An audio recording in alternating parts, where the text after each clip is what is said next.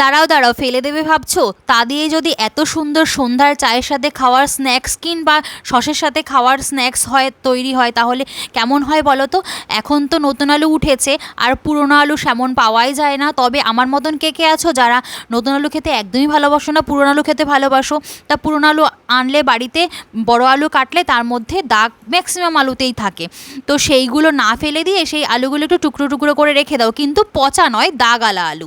সেইগুলো ভালো করে ধুয়ে শিলে একটু থেতো করে নাও, তার মধ্যে অনেকটা কাঁচা লঙ্কা আর রসুনও থেতো করে নাও। এবার থেতো করা আলুর মধ্যে একে একে পরিমাণ মতো কর্নফ্লাওয়ার, আতপ চাল বাটা, রসুন আর লঙ্কা বাটাটা, পেঁয়াজ কুচি, অনেকটা কালো জিরে, লবণ, হলুদ, সামান্য কয়েক দানা চিনি আর অল্প পরিমাণে ঝাল লঙ্কার গুঁড়ো, তার সাথে ধনেপাতা দিয়ে ভালো করে মেখে নাও। এবার তেলের মধ্যে সোনালি কালার করে মুচমুচে ভেজে নাও।